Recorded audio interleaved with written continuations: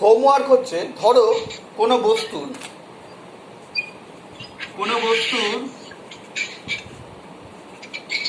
CGS এর ঘনত্ব, কোনো বস্তুর সিজিএস পদ্ধতিতে ঘনত্ব হচ্ছে এক্স, ঠিক আছে? একই বস্তুর এসআই পদ্ধতিতে ঘনত্ব হচ্ছে ওয়াই। তোমায় বের করতে হবে y/x এর মান কত। এটা হচ্ছে হোমওয়ার্ক। আরো অনেকগুলো হোমওয়ার্ক থাকবে অঙ্ক হিসাবে, যেগুলো আমি পরে দেবো, ঠিক আছে? হ্যাঁ, অঙ্ক তোমরা নিজেরাই পারবে, কোনো অসুবিধা নেই, ঠিক আছে? যদি না পারো পরের দিন করে দেবো, আগে নিজেরা চেষ্টা করো। অঙ্ক মানে কিন্তু আমি ভৌত বিজ্ঞানের অঙ্কের কথা বলছি, অঙ্কের কথা কিন্তু বলছি না, হ্যাঁ, ঠিক আছে? নেক্সট, এবার চলে আসি তোমার আপেক্ষিক ঘনত্ব কি কোনো একক থাকতে পারে? কি, কত?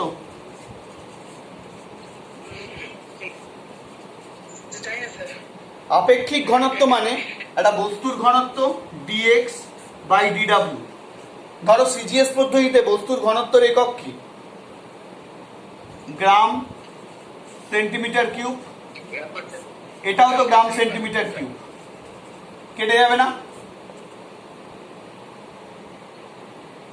একই জাতীয় দুটো রাশির অনুপাত, তার তো কখনো একক হয় না, একক হবে না।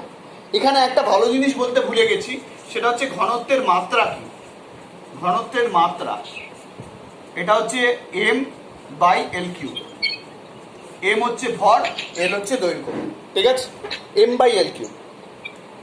আচ্ছা, নাম্বার 4 প্রশ্ন হচ্ছে আপেক্ষিক ঘনত্ব আর ঘনত্ব এর মধ্যে পার্থক্য কি? আপেক্ষিক ঘনত্ব আর ঘনত্বের মধ্যে পার্থক্য হচ্ছে ঘনত্বের নির্দিষ্ট মাত্রা আছে, আপেক্ষিক ঘনত্বের নির্দিষ্ট মাত্রা নেই। আচ্ছা, ঘনত্বের না, ভুল বললাম, ঘনত্বের নির্দিষ্ট একক আছে, আপেক্ষিক ঘনত্বের কোনো একক নেই। 2 নম্বর কথা হচ্ছে ঘনত্বের ক্ষেত্রে কঠিন পদার্থের উষ্ণতা নির্ভর করে না, কিন্তু আপেক্ষিক ঘনত্বের ক্ষেত্রে যেহেতু তরল হিসাবে জলকে নেওয়া হয়, তাই 4 ডিগ্রি সেলসিয়াস উষ্ণতায় জলের ভরটা জানা প্রয়োজন। 3 নম্বর, সিজিএস পদ্ধতিতে ঘনত্বও যা, আপেক্ষিক ঘনত্বও তা, কিন্তু এসআই পদ্ধতিতে ঘনত্ব যা, আপেক্ষিক ঘনত্ব তার সাথে 1000 গুণ করতে হয়। এই 3টে হচ্ছে গিয়ে পার্থক্য। এবার একটা জিনিস আমি পড়াবো, যেটা আগের দিন পড়ানো হয়নি, সেটা হচ্ছে সাইফনের কার্যনীতি বা সাইফন জিনিসটা কি। এটা আমরা অনেকটাই, মানে অনেক ক্ষেত্রেই সাইফনটাকে দেখেছি ওই রেশন ডিলারদের কাছে। ধরো তোমার বাড়িতে আমি চাই যে এই গ্লাসটায় জল আছে, দেখতে পাচ্ছ? এই গ্লাসে জল আছে, এই জলটাকে আমি এখানে আনবো একটা পাইপ দিয়ে। কি করে আনবো? প্রথম কথা, আমি কিন্তু এই গ্লাসটাকে এখানে রাখিনি, এই গ্লাসটাকে নিচে রেখেছি। পাইপ দিয়ে কি করে আনবো?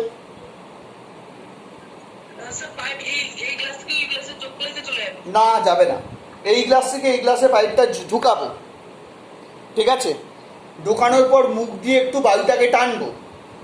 যেই বায়ুটাকে টানবো, বায়ুর পরিবর্তে এখানে জল এসে সেই জলটা এখানে আসবে, ঠিক আছে? আবার বোঝাই, এখানে আমি একটা পাইপ ঢোকাবো, ঢুকিয়ে বায়ুটাকে টানবো। যেই বায়ুটাকে টানবো, বায়ুর শূন্যস্থান তৈরি হবে, সেই শূন্যস্থানে জল ঢুকে যাবে, জল ঢুকে এখানে চলে আসবে, ঠিক আছে? এইটার একটা ফিজিক্সের কার্যনীতি আছে। কি কার্যনীতি? সাইফন। সাইফনটা তাহলে কি? এইরকম একটা ব্যবস্থা।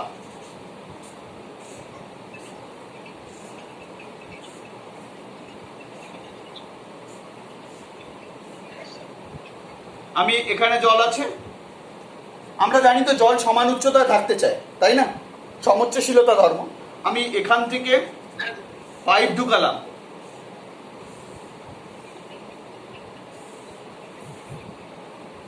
ঢুকিয়ে যখনই এখানে আনবো, এখানে জলের যে চাপ, এখানে জলের তো তাই চাপ না, তাই চাপ কি? জলের চাপ কিসের উপর নির্ভর করে? উচ্চতার উপরে। আমি এই ডিরেকশন থেকে চাপ মাপা শুরু করছি, এখানে যা চাপ এখানে নিশ্চয়ই সেই চাপ না। চাপের পার্থক্যের জন্য কি হবে? এইখান থেকে জল এই দিকে আসতে শুরু করবে, ঠিক আছে? এই কার্যনীতিটা একটু পড়ে নেবে। এই জায়গায় যে চাপ হয় সেটা হচ্ছে P0 প্লাস এইচ রো জি আর H1, ঠিক আছে? আর এখানে হয় হচ্ছে P0 প্লাস H2 রো জি, এই হচ্ছে H1, এইটা H1, এটা H2। H1 এর থেকে H2 বেশি, তো এই চাপটা ভাই বেশি হয়, এই চাপটা কম হয়, তাই এখান থেকে এখানে জল আসে। বোঝাতে পেরেছি? আবার বোঝো, H1 ছোট, H2 বড়, দুদিকেই তো P0 মানে অ্যাটমসফিয়ারিক চাপ, প্রেশার, এতে তো দুদিকেই সমান আছে, ঠিক আছে? যেহেতু H1টা কম, H2টা বড়, তাই H1 যেহেতু H1 এর থেকে H2 বড়, তাই H1 রো জিটা H2 রো জির থেকে বড় হবে, ঠিক আছে? উভয় জায়গায় P0 জুড়ে দিলাম।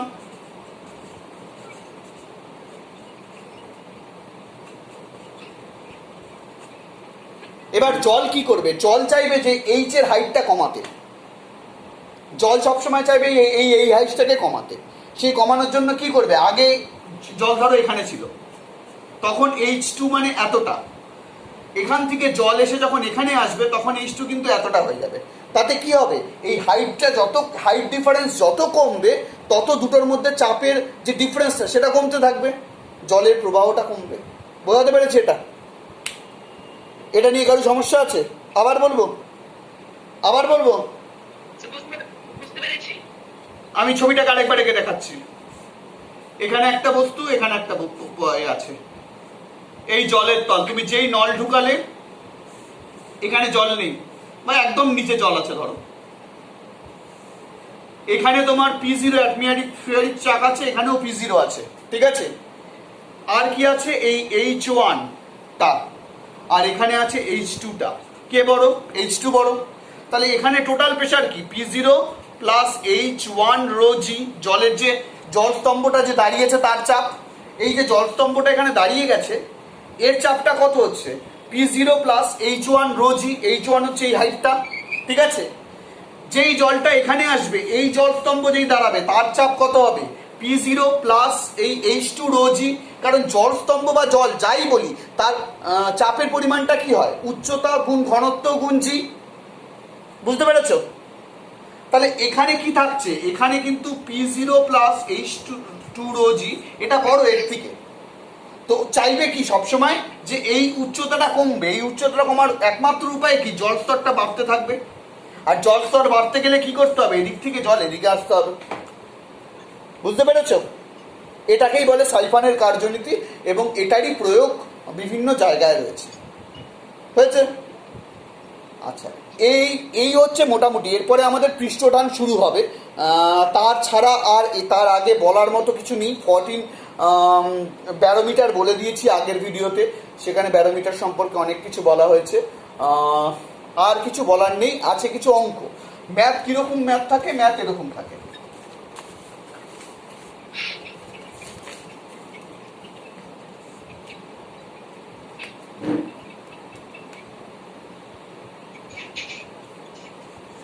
একটি